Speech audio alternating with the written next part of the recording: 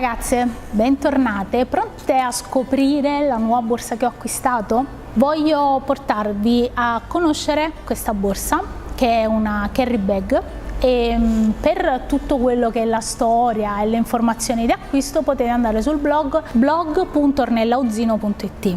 La borsa l'ho acquistata su un e-commerce di calzature Nucca, non direttamente dal sito, ed è stato un ottimo acquisto, personale disponibilissimo e persone squisite. Si sono messe a disposizione anche perché avevo sbagliato una cosa nell'acquisto, che sono totalmente imbranata, e quindi mi hanno dato tranquillamente una mano. Sul sito, quando sono andata a guardare un po' di informazioni che c'erano sulla borsa, vi dico soltanto che è segnato che il prodotto è in ecopelle. In realtà, se andate a guardare sul blog, c'è un articolo che parla proprio dei materiali sintetici.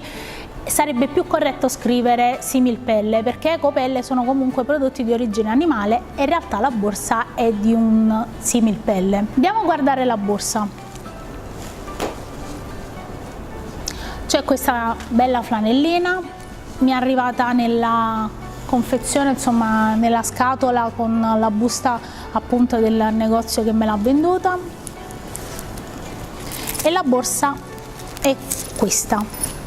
Essendo un similpelle, partiamo che già tecnicamente ci sono delle cose che ovviamente differiscono da una borsa di pelletteria pura, quindi magari non ci sono contorni tinti, o comunque ho preso un tono su tono, a parte che mi piaceva il modello, ma tendenzialmente le borse di similpelle sono un ottimo compromesso prezzo-qualità, perché danno la possibilità di non spendere tantissimo, anche se comunque questa borsa costa 199 euro, e di avere un prodotto che magari duri nel tempo. Quello che spesso criticano le persone che usano prodotti di similpelle è proprio il fatto che non essendoci grandi infusiture, o comunque il materiale essendo di pelle, essendo sintetico, spesso non resiste. Vediamo, in questa recensione faccio un'analisi tecnica, poi la utilizzerò, e se dovessi avere dei grandi problemi, ovviamente, come ben sai se mi segui, troverai un video in cui te ne parlo e ti ripropongo questo articolo dopo averlo utilizzato. Andiamo a guardarci un po' la borsa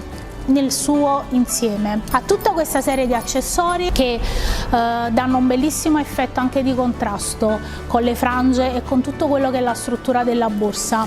Ad un primo occhio guardo che in pratica tutto questo è posizionato in maniera perfetta, e le cuciture a un primo sguardo sono fatte bene, anche se vedo, ma questo penso che sia un problema semplicemente tecnico, che la cucitura sprofonda un po' troppo nel materiale, quindi magari non so se è voluto, non so se per proprio un difetto tecnico o qualcosa del genere, dà questo senso un po' imbombato. Diciamo che è una cosa che non disturba. Come sai, io vado sempre a guardare se le maniglie grattano. Ovviamente questo, non avendo tintura, non dà problemi al tatto, infatti se guardi è totalmente rimboccato. Andiamoci a guardare un attimino quelli che poi sono i dettagli, perché in effetti poi ci sono delle parti che sono state tinte per esigenza, perché magari erano dei pezzi troppo piccoli tipo questi, e quello che vado a notare subito è che ci sono dei dettagli che sono poco curati. Magari vuoi un po' il colore su colore, vuoi che magari non si guarda tanto a certi dettagli, però magari rifinire le cuciture in modo che la cucitura sembra pulita e che i punti restano all'interno non sarebbe male. Adesso ti voglio far vedere la borsa all'interno. Ha questa bellissima chiusura, la borsa si presenta grande, a me piace molto come viene sistemata all'interno. Diciamo che questa è gli scomparti sono mediamente ordinati.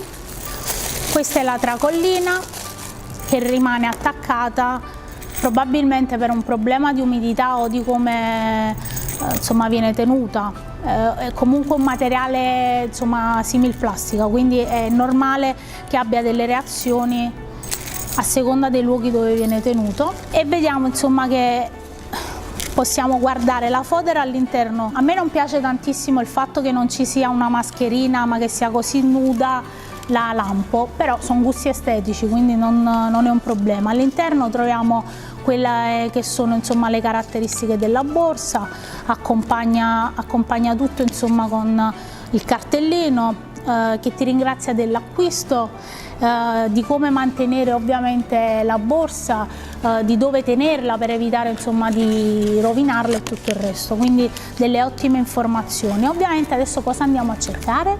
Dove è stata prodotta la borsa, perché questa è una cosa che ho ricercato anche sul web e ho la sensazione, insomma, poi ti ho scritto nelle informazioni, che il prodotto sia fatto in Italia e dovrebbe essere fatto anche da un'azienda di famiglia, però insomma sarebbe bello anche avere delle informazioni ulteriori su dove viene prodotta. In realtà scopro con voi che è fatta in Cina. Non è un problema, sia chiaro, perché come ho ripetuto in altre recensioni, un prodotto deve badare anche ai costi e quindi è giusto che sia fatto insomma dove il business plan funziona meglio. Diciamo che sarebbe ideale magari scriverlo un po' più in maniera chiara e definita, e magari far vedere anche la provenienza dei materiali, perché al di là di tutto, per chi sceglie borse di materiali simil pelle, sarebbe bello indicare anche questo materiale, se è a basso impatto ambientale, se è stato trattato con dei prodotti chimici, insomma una serie di informazioni che al di là della manifattura, che è sempre importante e a me piace di più se italiana, non sminuiscono il valore della borsa. A questo punto ti vado a fare la lista dei voti. Per la tintura il voto è 0, perché ovviamente non c'è, o c'è in pochissimi punti. Per le cuciture il voto è 3. Per le rifiniture, dove ti faccio vedere dopo dei piccoli dettagli, il voto è 3. Per il valore qualità-prezzo il voto è 4. Utilità, voto 5. La borsa è rimandata a settembre per due cose. I dettagli che voglio farti vedere sono che le cuciture non sono completamente omogenee, quindi non distano perfettamente dai bordi, perché il problema anche di quando si vanno a fare i bordi rimboccati è di mantenere uniformi le cuciture. È una borsa che consiglio soprattutto alle persone che hanno problemi a trovare borse particolari e di simil pelle. Ti invito a dirmi sotto questo video se tu hai acquistato una carry bags e corri a leggere l'articolo per avere tutto il resto delle informazioni. Alla prossima, ciao!